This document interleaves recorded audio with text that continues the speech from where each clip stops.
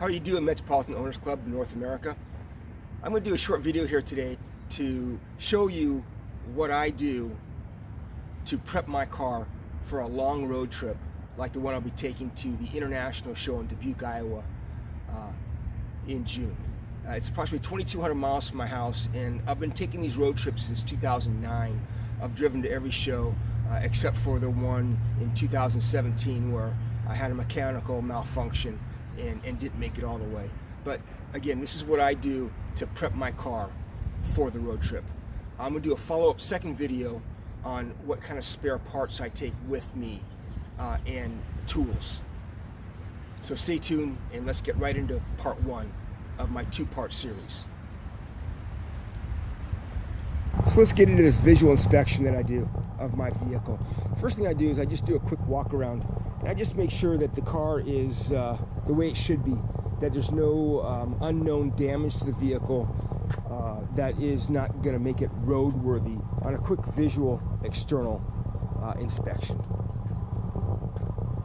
And by the looks of it, the exterior of the car looks pretty good. There's no unknown damage to my car that I am not aware of. I check my tires and make sure my tires are good. I run 2¼ inch white wall Coker tires, and I'm really happy with them. And I've got probably about 8,000 miles on this set of tires. The next thing I'm going to do is I'm going to do a visual inspection of my engine and my engine compartment, just to make sure that it's what it's supposed to be. I'm checking visually and mechanically, making sure that my fuel hose is good, got a filter, running a Weber carburetor, a mechanical pump down below. I'm running a 6-blade fan for additional cooling. I'm making sure my belt is good, making sure my hoses are good. All my hoses are good, no issues. Coils are good, wires are good, distributor, starter, wires, everything looks good here. Nothing out of the ordinary that causes alarm to me. Okay, so after I complete my visual inspection, I'm going to start doing things to the Metropolitan. And the first thing I do is I change the oil. I put fresh oil in, and I put a new filter in. The second thing I do is I'm going to give it a tune-up.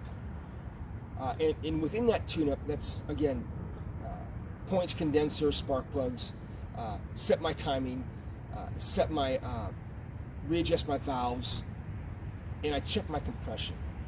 And I think that's very important. Make sure that you check your compression and check it dry and wet, just to make sure you're consistent. You should be about 10 pounds higher when you check it wet than dry. Check it dry first, then do the wet. And the wet is just a teacup full of oil, just a teacup full. Put some oil down there, crank it, and crank it 7 times. Be consistent across all 4 cylinders, wet and dry, when you crank it. So I use 7 as a number. And then I check my compression, and I validate that I've got good compression in my car. Next thing I'm going to do is I'm going to lubricate all my 32 joints, all my Zerk fittings. I'm going to lubricate them. I'm going to check my fluids in my rear end. I'm going to check my fluids in my transmission. I'm going to adjust my brakes, and just making sure that the car is mechanically sound and ready to go for my trip. So I hope you enjoyed this quick video of things that I do to prep my car to get it ready for a long road trip. Again, this is what I do.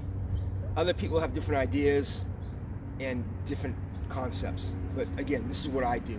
Another thing that I do is I do a shakeout or a dry run of a road trip that would be anywhere from 250 to 500 miles, whether I do a 1-day trip or a 2-day trip, just to make sure I'm good to go.